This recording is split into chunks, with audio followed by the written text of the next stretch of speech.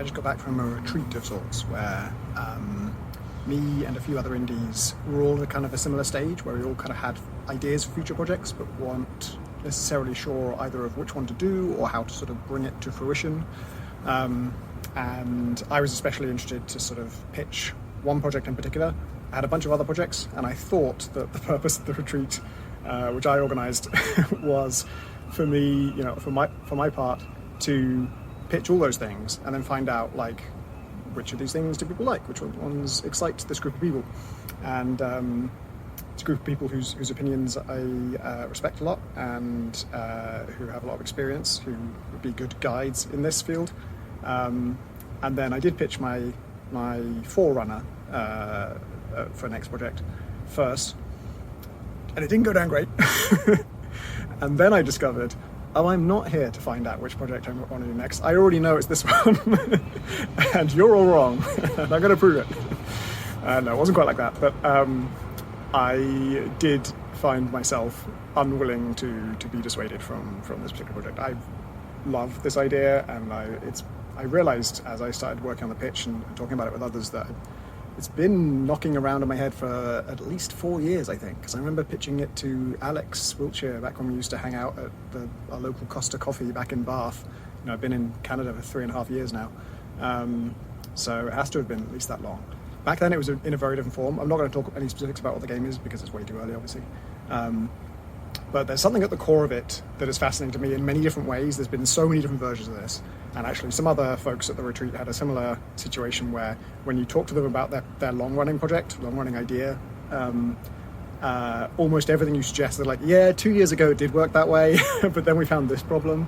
And yeah, with my next thing, this particular idea that I'm fixated on, it's been through so many different versions that, yeah, almost everything suggested, yep, there was a version where that was true, there was a version where that was true, and there was a version where that was true. And it can't be all those things simultaneously. And I had actually recently gone through an iteration of it where I sort of like trimmed it down and really focused it on one particular thing. And I think it was the wrong thing. And some of the sort of concerns and stuff that folks threw up is not the best verb for that, put out, brought up, were very related to that. So it was a mix of the reason that this sort of cooler reception did not dissuade me was kind of threefold. One is I felt I actually hadn't pitched it very well. I'd over-focused on this new angle that's designed. The idea of the new angle is to reduce scope and keep it focused on something sort of a central core thing that we could just say, okay, that's the core of it. Everything else we'll get to it maybe if we have time. But I think it was a bad choice of core. I think that core sort of like slightly muddies the concept and moves it away from some of what was originally exciting about the idea. It still is. Maybe I shouldn't go into too much detail just because it's like I can safely avoid talking about any specifics, but then it just becomes this weird abstract conversation, right, where I'm just talking in the terms of all the elements that don't relate to anything you know. Suffice to say, I didn't think I pitched it very well. And then also some of the concerns are just valid. There was a mix of stuff that's like, oh, this is a concern because I pitched it poorly. This is a concern because this latest version of it has a particular flaw that you're right about, and I need to backtrack from that and rethink. And then this is a concern that is potentially a problem with this. It's a genre mashup. It's mixing two different genres, and there's one of the concerns is like I might just want to play this game, and this other game is getting in my way, and that's a fair concern and something we need to watch out for. I don't think that will be the case, but there are ways to sort of be extra sure it won't be the case. There are ways to more elegantly blend these two things and change the focus. One thing that was really striking actually about this, the great thing about this retreat in general is just being around all these other folks who think about game design all the time and have a very different history with it and have specialised in different things, have different skill sets, and knocking ideas around and sort of, I always feel like with game design, one of the reasons it fascinates me, and I never get tired of it, is it simultaneously feels like it could be fully understood. Like I never will fully understand it, but it's sort of, there's enough logic to it. It isn't art. It isn't like, it involves art, but it's not purely an art form where, you know, it would be absurd to ever think you could understand art and just like know it, you know, just get it and be able to do it. Game design has enough craft to it that you can sort of imagine being like, you know, the way you can be a master carpenter who just sort of knows how to do pretty much everything you could ever want a carpenter to do. It sort of seems potentially possible to be that kind of game designer. I don't think it is possible, but it's close enough to that there's enough craft in it that you feel like that is attainable, which is very motivating and very exciting, and you kind of, every time you feel you get closer to that, it's very exciting. But at the same time, it's endlessly complex and endlessly diverse in all the different things that matter. And one of the things that I realized matter even more than I knew is theme and fantasy and title, just the name of the game. Like the implicit promise of the pitch is one way to say it. I'm trying not to say pitch because the whole thing I gave was a pitch, and that was, you know, both. Here's what I think the game would be called. Here's a one-line description of it. Here is, you know, where it's set, and then a ton about gameplay mechanics and a ton about, you know, even had a little prototype to show demonstrating one particular thing. So all of that can be called a pitch, but really, like, just like, who are you in this game? What are you doing, and why? Those things have changed many, many times in the evolution of this idea, and they often change in the evolution of every idea. Certainly changed a load in heat signature, certainly changed a lot in Gunpoint. You were originally a robot dropping fridges on people in space in Gunpoint. Not in any version I built, but that was when I first started thinking about the game, that was kind of a theme that I was interested in. I became less interested in that theme. And even Wizards, that's the most straight down, smooth journey from initial concept to fully working game. It's not a finished game, obviously, but it works, and people have played it and really like it, and it doesn't feel like getting ahead of myself to say that it will be a finished game that hasn't horribly betrayed its concept. But even then, just who are you, what are you trying to do, the basic kind of fantasy of it changed a fair bit. And yet that can totally transform people's impression of a game, and even change, you know, this is theoretical because obviously nobody played the finished games, we haven't made the finished game, but from just pitching it, I revised the pitch, changed the theme, changed I'll just call it the fantasy. I think that's my best word for that, you know, couple lines pitch that isn't necessarily about game mechanics, but it can refer to them. But it's really about who are you, what are you doing, what's the theme. I changed that, and it got a much better reception. I also was able to, you know, do a better pitch. I just went a bit full bore and just like, okay, I was missing a lot out from the previous pitch for the sake of brevity and for the sake of trying to focus on something that I thought might be the core of this, but that obviously didn't work. So here is the scatter shot. Like, here's a ton of examples of why I think this is cool, because it's an idea that doesn't, you know, heat signature, the baseline concept is you go inside the spaceships. So all I got to show you is go inside a spaceship, and I've shown you the core idea of heat signature. That's nice and simple. And Gunpoint, rewiring levels, you just rewire the levels, and then I can show you a few examples of why that's cool. It's actually a little bit harder to show than heat signature. And this idea, it's harder to pick just a couple of things that would really sell you on the idea, but not too much harder. I think you just need, you know, 5 different examples instead of 2 or something like that. It doesn't seem like more than we could show in a trailer, which is the key thing. Like, actually, it's not that important that this thing pitches well verbally. Like game concepts in general, I don't think that pitching it verbally is the make or break thing. I think the trailer is the make or break thing. Like, both at the early stages when you're just showing people, here's my idea for a game and here's what I've got so far kind of thing. Well, I guess that's what I do. Not everyone does that. A lot of people wait till the game's virtually finished before showing anything of it. But all the way through, if it can be shown well in a trailer, I think it's on a good track for success. And I believe this one can be. I think that might be one of the next steps when I do put aside time to work on it again, is storyboard a trailer and look into like whether we can actually make a little mock-up of a trailer without making any game at all, just to check. Like, this does work, right? I've sort of written out in my head of like what this trailer would be, and it's super exciting to me. Is it to other people? I better check because my instincts on this haven't always been entirely in line with how other people perceive it. So changing both times, first pitch and the second pitch, I had a title for the game, and it changed. Who you are changed. What your job is in the game changed. Like the verbs of the game are very similar between the two pitches, but who your character is, what their job officially is very different. And that made a huge difference. And yeah, I found it myself too. Just we played a ton of board games, almost all of which I hadn't played before, and theming works really, really well.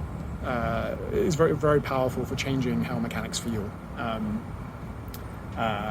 We played, so two games we played are Dune Imperium and Black Angel, I think. Yeah.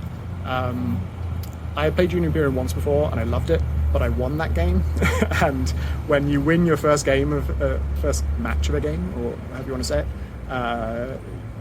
even if you love it, you have to be a bit suspicious of your own opinion of like, did I love that because I did really well?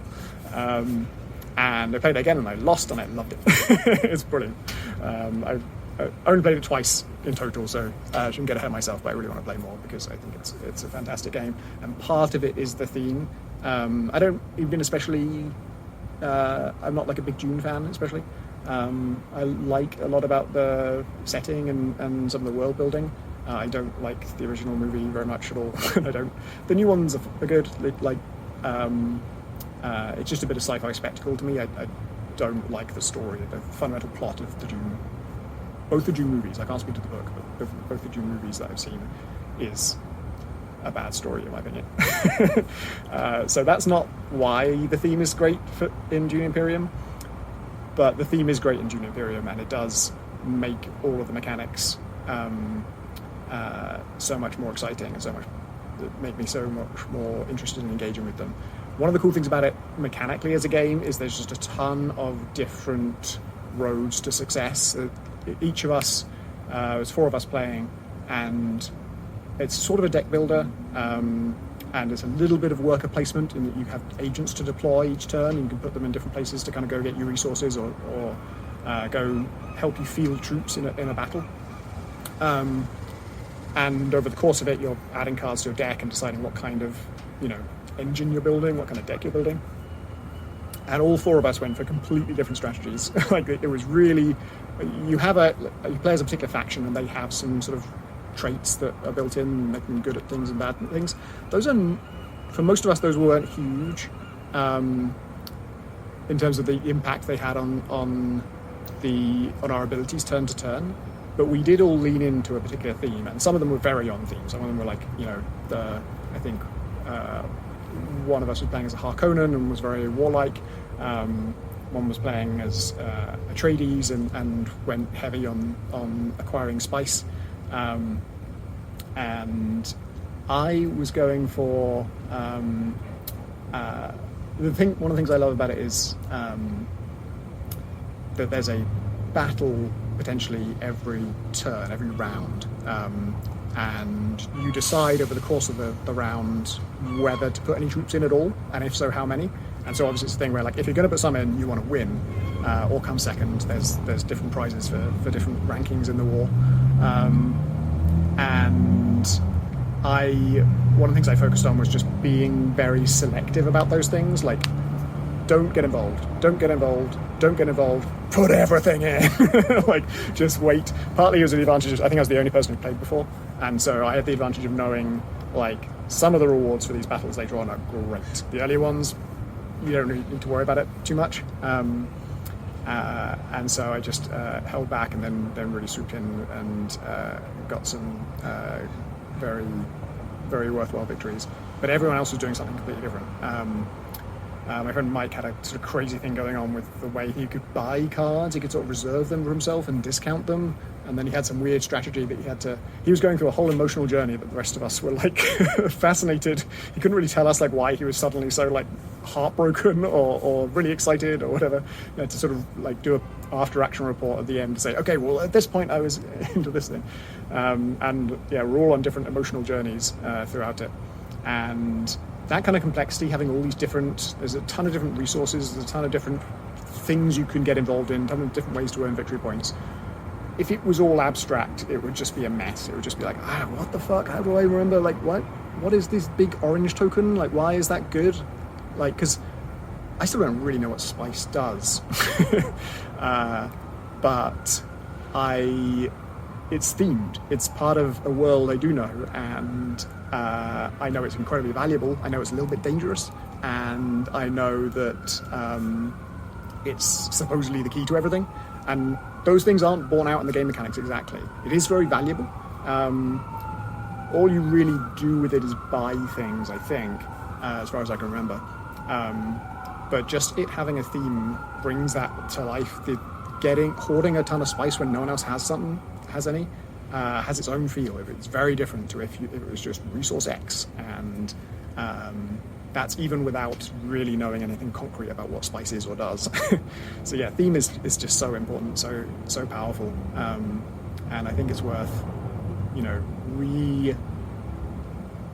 re-evaluating your theme, kind of shuffling it, kind of randomizing it, trying different approaches, even with basically the same mechanics. The two things are sort of simultaneously, this process kind of both taught me how divorced they are in that you can completely change it and still keep the same game mechanics, and also how integral they are in terms of how much one of them empowers the other and fires it up.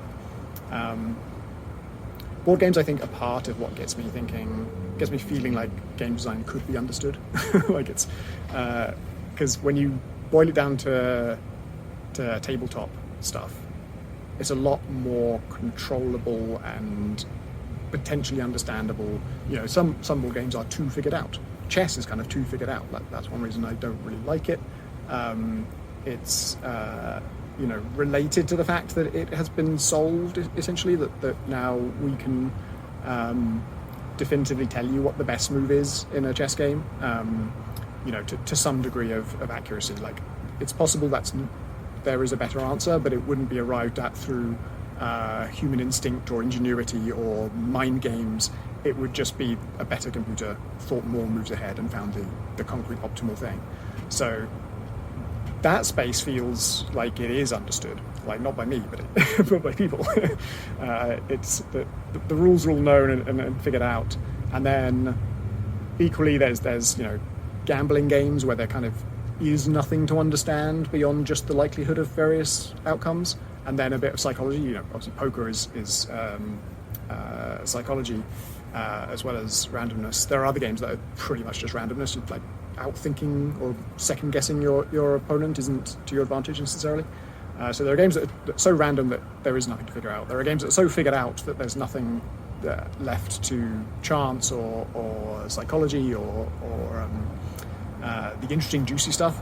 And then my last design talk was about gut calls, which is the middle ground between those two. It's a very big middle ground, and I was trying to isolate like a slightly smaller subset of it where, like, I do understand how all these systems work, but there's uncertainty about what cards I'll draw next, there's uncertainty about what my enemies are doing, there's uncertainty about this and that, and I've got enough to go on that I have an instinct for what the right move is, what my best chance of success is, but I can't be sure, and it's not worth sitting here and just pre-calculating things. I can't get to perfect certainty just by thinking, just by processing.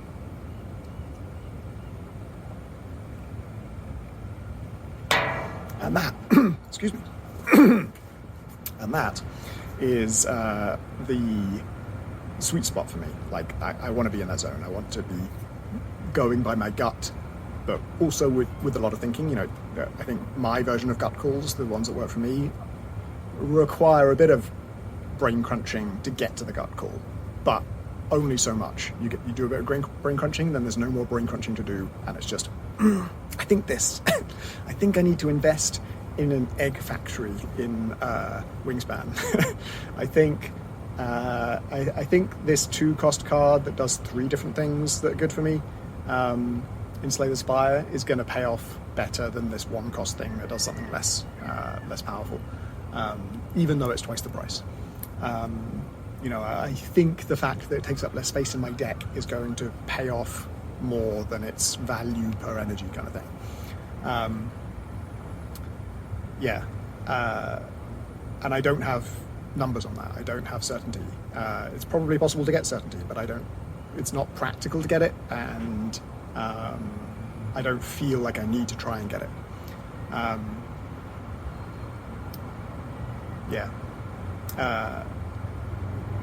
So playing a bunch of board games, pitching my own stuff. I pitched that and like 3 or 4 other projects. Listened to other people's pitches, saw just a load of different game ideas that are wild and cool and exciting. Then played it, all these different board games that all have very different rules. Oh yeah, I was going to mention Black Angel as a point of comparison. Black Angel, you're in a spaceship.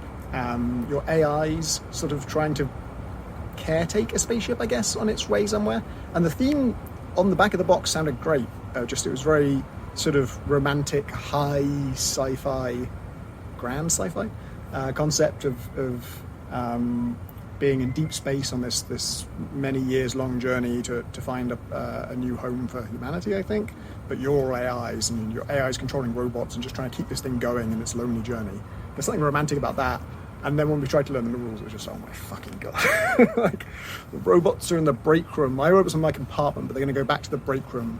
And we want to, I can roll, devote a dice to launching a ship, to moving a ship, but there's no information on how I launch a ship, and I think launching a ship is just moving a ship.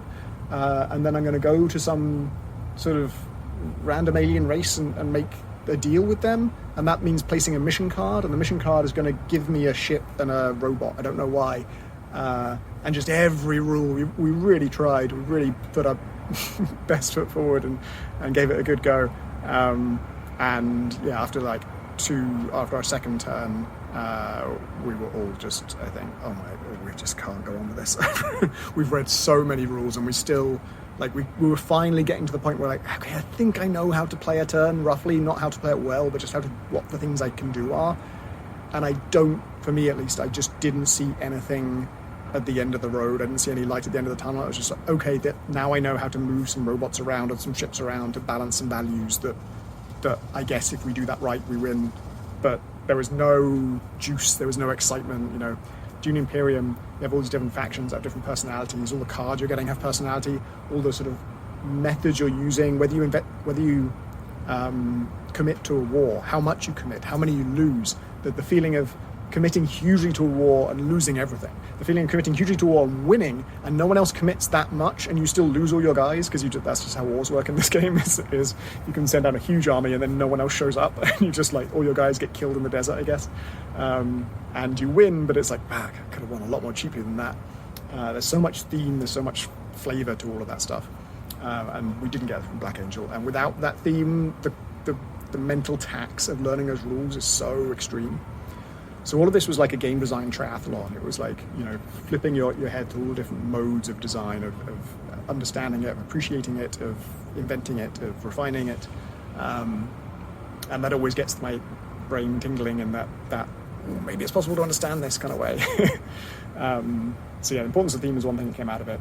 Another thing, I might do a separate design talk on this, but something I've always loved that some other folks there had also latched onto is a thing I'm going to call pseudo-cheats, which is when in a game, by using the rules, cleverly or getting lucky, you can sort of bypass what feels like a restriction that is meant to be there. So in Monster Train, lots of cards exhaust. Some cards, which means when you play them, they're out for the rest of the fight. Some cards even are completely disposable, which means the first time you use them, it's gone forever. You lose it from the whole rest of your run. And then there's a way later on to take a card that would normally be disposable and downgrade it to be only exhaustible. So now this thing that was only one use, those cards are balanced, so like this thing, permanently heals you or does some major thing that's way too good to let you use it regularly. That's why it's only one use. And then you can turn it into something that's more than one use. You can keep using it in every fight.